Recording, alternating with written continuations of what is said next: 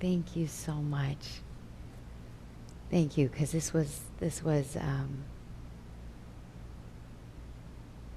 Dad was amazing. Dad's amazing. A tribute to one of the greatest men I've ever known, my dad. What a privilege to be my dad's daughter. I'm so blessed to have worked side by side 6 days a week with my dad for over 10 years. And my husband and I were so fortunate to also live with him for 6 of those 10 years. The pain of losing Dad physically was almost unbearable. But knowing Dad is free of pain and dancing on the streets of gold with Jesus and decorating our mansions in heaven, probably unlimited budget, has comforted us immensely. Along with the intense waves of grief, there have also been waves of peace. Dad was kind and gentle, non-judgmental, and most of all, accepting. His spirit would light up a room with his infectious smile, and Dad was easy to be around. He was a very, very loved man, not because he didn't make mistakes, but because he didn't point out anyone else's. Dad literally lived and took to heart what God said in Matthew 7:1-2. Judge not, lest you be judged. For with the judgment that you judge, you will be judged with the same measure. Dad didn't judge because he didn't want people judging him. He knew he needed forgiveness, just like all of us. Whether we had a judgmental complaint about things, Dad would sing, let it go, can't hold it back anymore. Dad knew the freedom of letting go of grudges. Dad was free to love. He was free to be kind. He knew miracles were on the other side of resentments. Even with the tensions between our mom and Dad over the years, in the end, it was only love and forgiveness that mattered between them. My first childhood memory was holding my dad's hand and walking at Disneyland. Mark Twain's Steamboat was on the right, the haunted house on the left, and ever since I can remember, being with Dad gave me a feeling of comfort and security. As little girls, Tony and I would bounce into Dad's place of business at Brooks Brothers Interiors, and whatever Dad was doing, the minute he saw us, he would stop and say, there's my beautiful princesses. Dad would introduce us to his clients or vendors as we climbed up in his lap. Through our eyes, Dad was a pillar of strength who loved us, and he loved what he did for a living.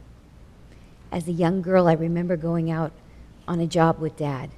Dad's clients would often give Brooks Brothers the key to their house and go on vacation saying, surprise us, Bert. I watched in awe. There was an empty house, and Dad would direct the movers with all the furniture and accessories from Brooks Brothers. He filled the home with the most exquisite design. And I thought, wow, how cool is this? This is what my dad gets to do for a living. I loved watching my dad turn a house into an elegant home and make people so happy. My mom had similar gifts with our home growing up. There were only a few times Dad and I had a rough patch, but it never lasted for long because kindness and forgiveness are core heart virtues that run deep in both of us. Dad always supported whatever we were into. I co-hosted a radio show with Tom Reel for 2 years, and Dad called into the show every week with a joke. Greg and I minister through Zoom on Sundays for 2 years, and Dad always tuned in from home to add an encouraging word.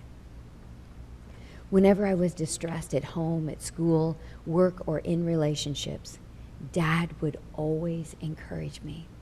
He'd remind me of who I really was. You are my daughter. You are a Brooks, and I am so proud of you. And always remember, God is in control. When Dad got throat cancer 11 years ago and had his vocal cords removed, our lives were altered forever. Tony and I rested our heads on each side of Dad's hospital bed, and we prayed Dad would wake up. We'd eventually fall asleep beside him, and Dad kept both of his hands on top of our heads. When Dad finally opened his eyes, it was like Lazarus coming out of the tomb.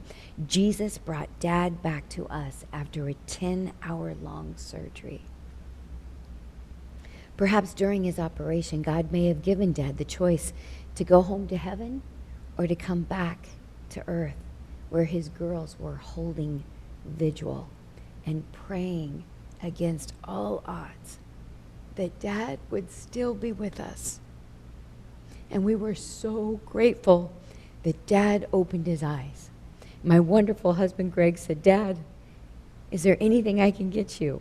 And Dad rubbed his thumb and two fingers together, motioning money. Which reminds me, a few years back, we found out about our DNA results through Ancestry.com. I said, "Dad, there's some weird things showing up in my blood, and will you please take this test?" And he said, "I know who I am. We're Spanish and Irish." I said, "Yeah, well, there's a few other things showing up." And he said, "All right, what do I have to do? Pee in a cup?" I said, "No, you just have to spit in the container." And it came back that Dad was mostly Jewish, then Irish, Italian, and a little bit of Spanish. Dad said, "I knew it. It's official. I am related to Jesus." And so that was the running joke. Dad was related to Jesus.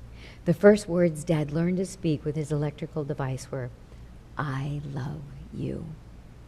Dad made up a song and a dance saying, "I love you, I love you." And it just went on for a while. We were at the hospital to encourage Dad. But Dad was encouraging us. Dad would say, "I love you" to every person that came into Brooks Brothers, whether you were a FedEx guy, a UPS guy, whether you were a phone tech on the other end of the line. Dad would say, "I love you," because everybody understood those vowels and those letters put together. I love you. And Dad didn't hesitate to tell anyone. When Dad returned to Brooks Brothers soon after his surgery, it was evident the once roaring business was declining. The roof had been leaking and the once vibrant displays looked dismal. The showroom was not at all what I remembered growing up. My husband and I had been renovating his parents' home in Florida when we got the call from my sister Tony, and Tony was crying, saying that Dad isn't doing good. He had lost a lot of weight after the surgery and was very weak. We had just set up Greg's mom with a very long-term hospice care and maximized his stepfather's veteran disability. So within 48 hours, Greg and I were packed and headed to Bakersfield in our RV. After Greg and I arrived and discussed the possibilities, we were in agreement. Brooks Brothers Interiors was Dad's legacy since the year I was born in 1964, and being able to thrive at work would be essential to Dad's recovery. I knelt next to Dad and whispered, "Dad, what do you think about Greg and I helping you run Brooks Brothers Interiors? You don't have to pay us. Let's see if together we can bring it back." Dad softly looked back and smiled and motioned, thumbs up. It was settled. Greg and I would occasionally leave for a weekend to give keynote speeches and workshops at events with our message of heart virtues and forgiveness, and go to Disneyland. But for the most part, we were committed to making sure Dad's golden years were golden at Brooks Brothers. I'm so grateful to my husband for having a beautiful vision of what could be working together at Brooks Brothers with my dad. And even though Greg and I didn't take a salary, we never, ever had to worry about being taken care of. We got to be creative with a benevolent, kind, and generous father who said, "What is mine is yours." That's how Dad grew up with his family. They didn't have a lot, but everyone contributed to the same pot, and the pot was shared. They felt rich because they had each other. We felt rich because we had Dad. We came to take care of Dad in his business, and Dad took care of us. My husband's dream of having a barn ended up being a large warehouse he could fill with any kind of tool he desired. In addition to my husband being a speaker, an author, and a coach, Greg loved fixing things and adding streamlined technology to the business. Greg and I still maintained our coaching and therapy clients, and we got to work with Dad 6 days a week at Brooks Brothers. We felt secure and loved without worry, mutually investing in each other's lives. Dad would always say, "We don't have to go to work. We get to go to work." At the end of the day, we'd say, "Another day in paradise." And it was always another day in paradise because Dad was with us. And day by day, Dad gained his weight and his strength back as we brought Brooks Brothers Interiors back to life. Greg and I were an amazing team. In the beginning, we'd sometimes work till 3 a.m., moving furniture, hanging pictures, accessorizing. Everything Dad had taught me growing up about design was in my blood. Greg and my cousin Jake Taney arranged for a new roof to stop all the leaks and put in solar panels. Little did we know then just how much joy would also be shared with Dad over 10 years. A trip to Huntington Gardens, Hearst Castle, Las Vegas markets, taking Dad with us to speaking events that Greg and I were still a part of, Atlanta, Georgia with Phil Towns' workshop on stocks, a tour of Warren Buffett's Coca-Cola Museum, weekly outings to the movies, charity events, birthday celebrations, weddings, a lot of funerals, and a couple trips to Disneyland. One time at Disneyland, Dad got mistaken for being Donald Sutherland, and Dad graciously took his picture with the family. We went to Oxnard, Tehachapi, Morro Bay, Malibu. Greg, myself, and Lupe even went to Cuba on behalf of Brooks Brothers to investigate building my childhood dream of Dolphin Dynasty. It was a dolphin resort. We had monthly Stars Theater dinners with our friends and family, and finally a Royal Caribbean cruise on Symphony of the Seas with Dad in 2018. Interior design was the medium, but transforming environments into masterpieces is what we do. But it was loving, connecting, and caring for each other and our clients, who usually became like family. That was the real job. We had customers come from 40 years prior saying, "Bert, I've got these drapery clips, and over the years, the sun had damaged them and cracked them. Can I buy some more from you?" Dad would go back in the warehouse, back in the garage, grab a handful of them, come out, give them to the customer, and they'd say, "How much do we owe you?" And he'd say, "Give me a hug. Give me a hug." That's how we took care of our clients. You were family for life. Our motto at Brooks Brothers became, "You dream it, we'll create it." Every project we took on, Dad made sure there was acute attention to detail with careful, loving design at the foundation, as if every job was our home or our office. Dad and I went on every job together, measuring for flooring, window covering, furniture, drapery, bedspreads, you name it. My childhood awe of watching my dad create beautiful spaces had now turned into a partnership. A few times Dad got frustrated with me was when I was pushing for innovation and expansion, and Dad saw it costing money. Dad would always apologize soon after, and I would too. It was never worth being upset. By letting go of any hurt, we were always free to love. Dad and I often praised Greg for how he could engineer almost anything. And Dad would say, "Greg, I appreciate you so much," so often, because we couldn't do what we do at Brooks Brothers without you. Greg would often compliment Dad. He'd say, Dad, I am so grateful for you handling all the administration because I don't like doing any paperwork. So many times Dad would say, have I told you lately how proud I am of you and that you are so beautiful? I'd say, yes, Dad, all the time. I'm so proud of you, Dad. We are so blessed to be together. Greg also started an international speaking organization at Brooks Brothers called Toastmasters. We'd meet every Wednesday from 12 to 1 to share inspiring stories. Dad loved Toastmasters. He'd always share Dale Carnegie's advice. With all the new members, he'd say, if you lived it, you've earned the right to talk about it. Dad would also give the most encouraging feedback for the speakers, and Dad loved listening to Greg's and my presentations and being the table topics master and the joke master of the week. Making people laugh gave Dad so much joy. We created an avatar room for Dad in the back of Brooks Brothers, so he had a fun place to take naps every day. He'd wake up and we'd say, how was Pandora? The other day, Dad said, I was dreaming, you guys, I was in heaven, and all these women were licking my face, and I was trying to get away from the slobber, and I woke up to Magic, our dog, was licking my face. And Magic hardly ever left Dad's side, at work or at home.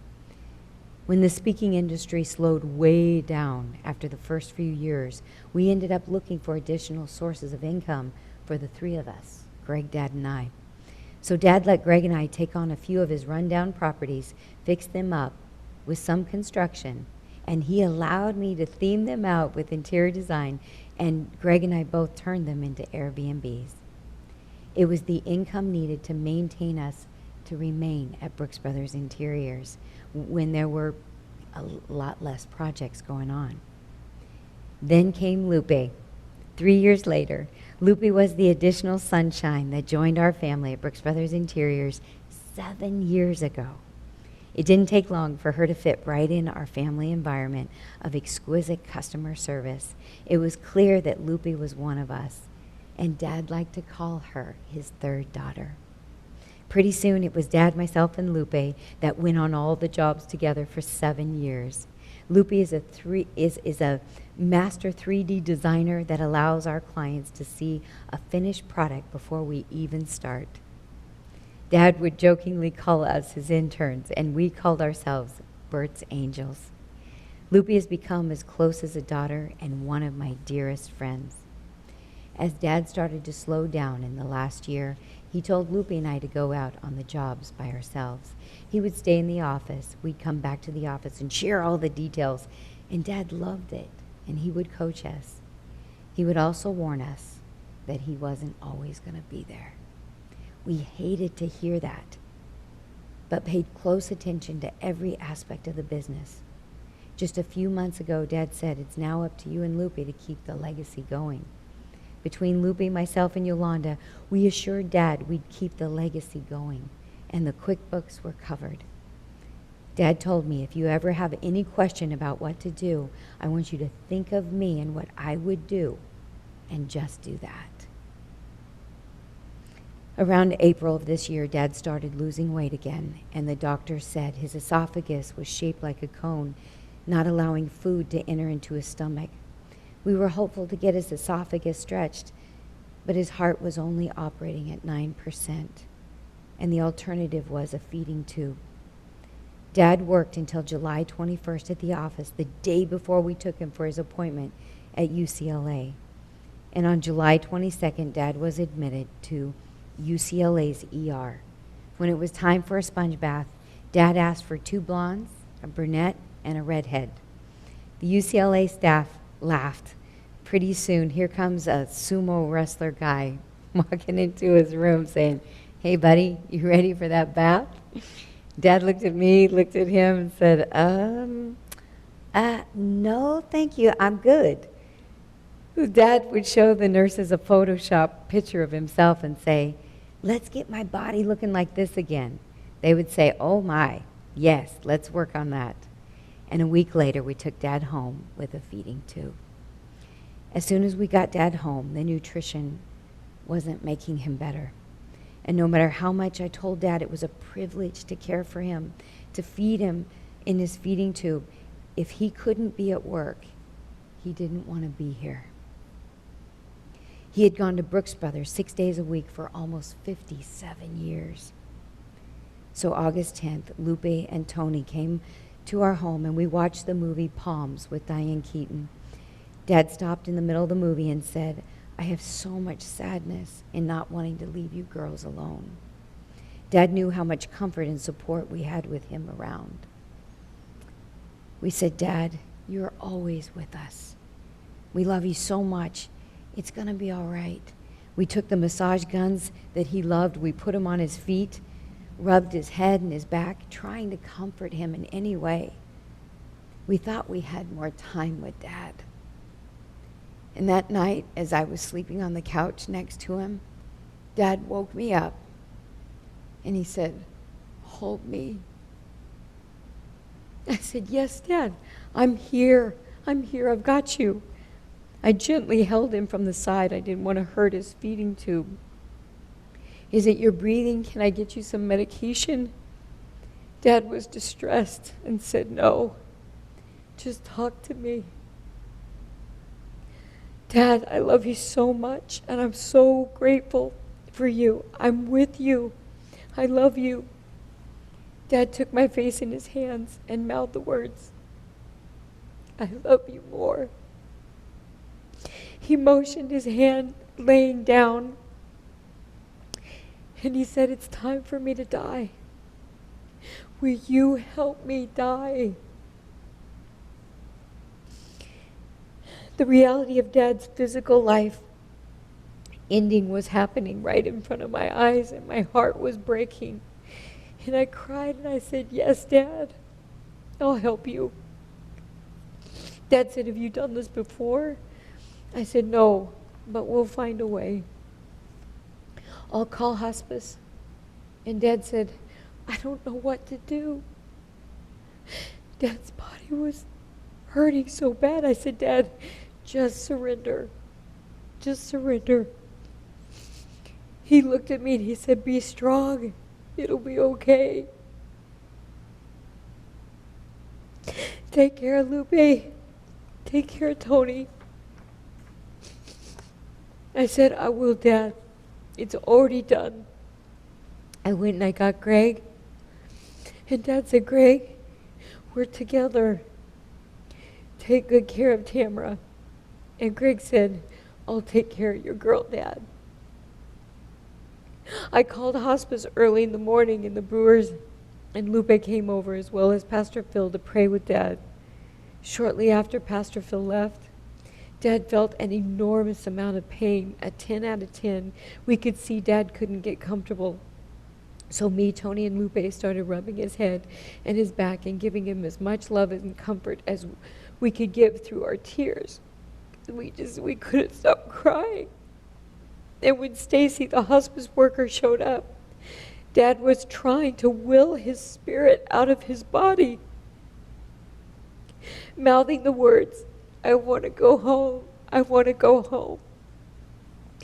And after the paperwork in the hospice administered the first dose of morphine, and Dad was soon out of pain. It was unbelievable what happened as he struggled to stay in his body, and then a release came over him, and he started smiling.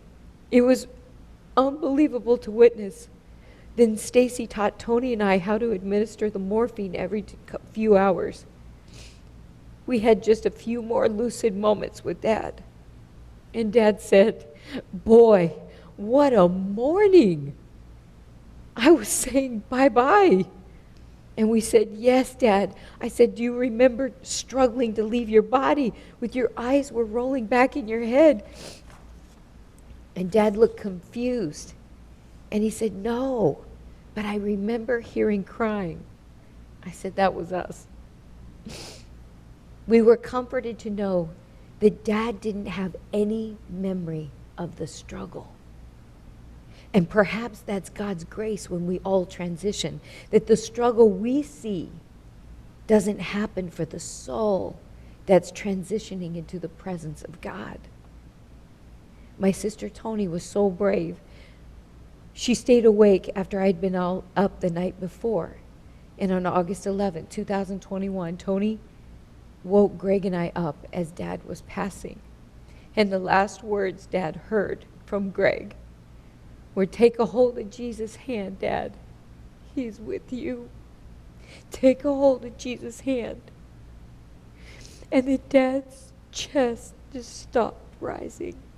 Tony and I were holding his feet. Dad held Tony and I when we came into this world, and we got to hold Dad on his way home. And I immediately called Lupe. Lupe came over, and the three of us stayed with him for a couple of hours until they arrived to take him away. And we prayed, and we played songs. We read Be Still and Know. We read that daily scripture for that day. We talked to Dad. We kissed him. We said, "I love you, Dad. Thank you. Thank you for everything." And then just last Sunday, here at church, I asked God to please give me a vision. And when I was praying in my mind's eye, I saw Jesus open a portal with his finger. And he pushed on it, and I could see Dad. Dad smiled with his new healthy body and said, "Check out these wings." And then Dad directly said, "Make sure you thank everyone for helping me earn them." Dad wanted to be one of God's best students. We'll see you again soon, Dad. Thank you for being our angel. And with that, we shared the video at the reception of his life with us in the last 11 years. Thank you for letting me share Dad's tribute. In honor of you today, Dad, that can't log in, we love you, we miss you, and thank you. Thank you, guys. Thank you at home. Thank you guys here for allowing me to honor Dad again with a life well lived. A life that didn't judge because he didn't want to be judged. He believed God's word. And he was loved, not because he didn't make mistakes, but because he didn't point out everyone else's. I love my dad. What came up for you, babe?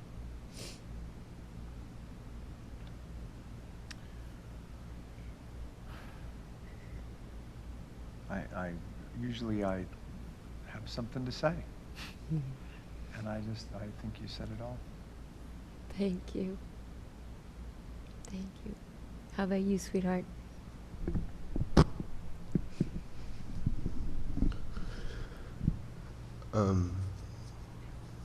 Before the funeral, actually, I was thinking that we have this frame at my house, and we've had it ever since my grandmother passed away.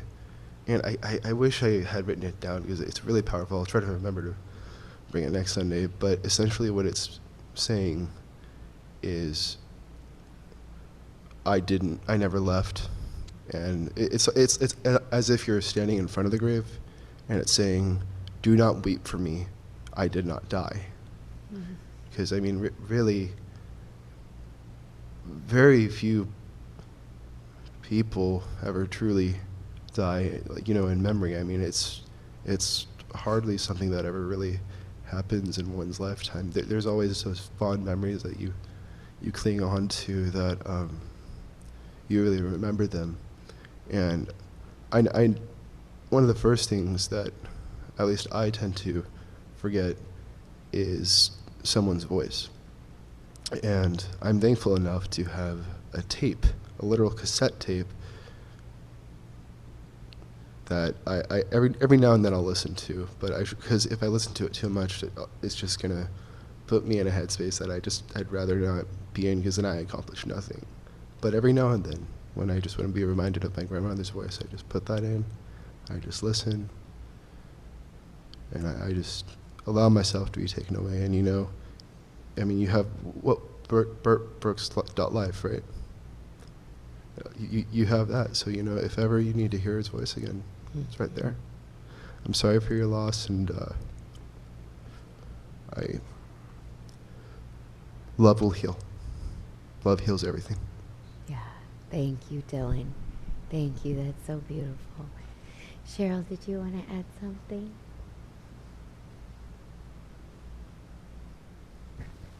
I appreciate you reading the tribute again. I heard it at the service, but I absorbed it this morning.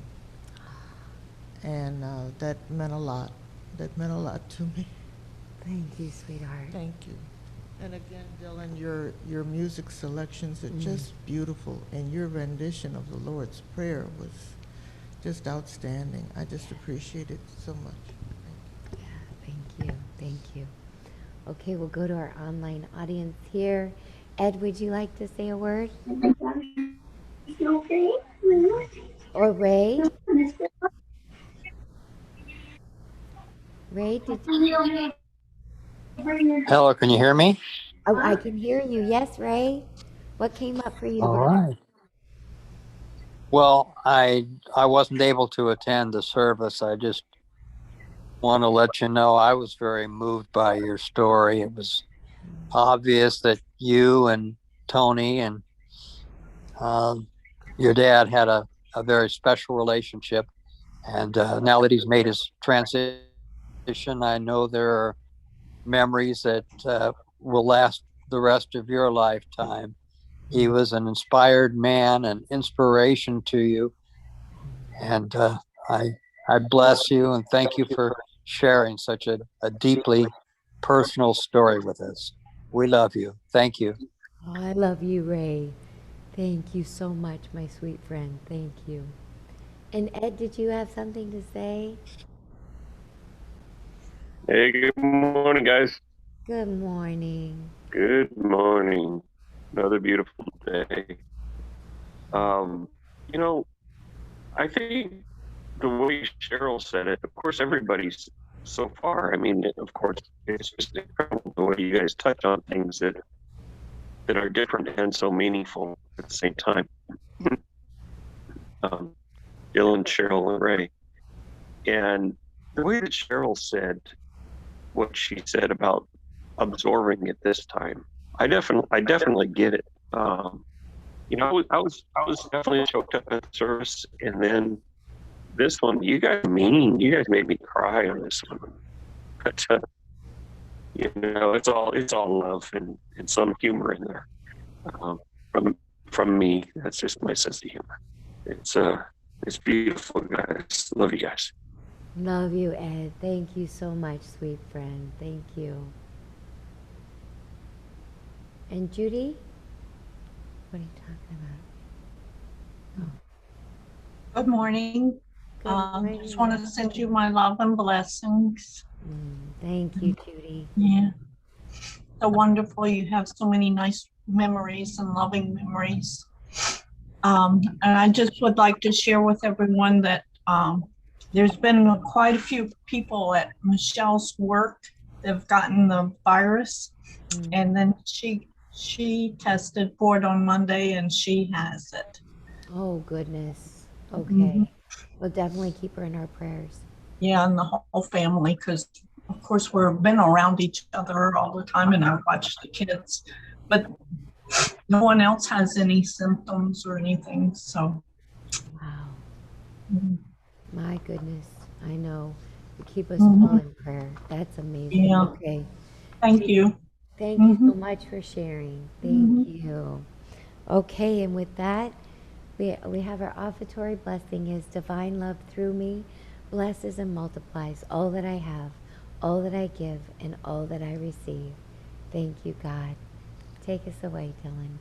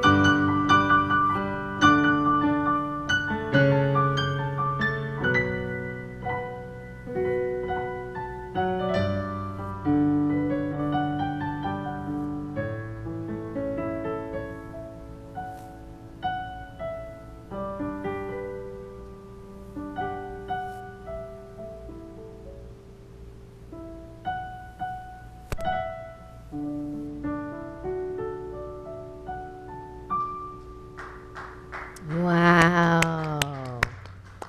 Thank you, Dylan. Thank you guys so much. Yay. And this concludes our wonderful service with our prayer protection is that the light of God surrounds us, the love of God enfolds us, the power of God protects us, and the presence of God watches over us. Wherever we are, God is. Wherever God is, all is well. Thank you for being with us here at Unity Center Bakersfield. We love you guys. Thank you.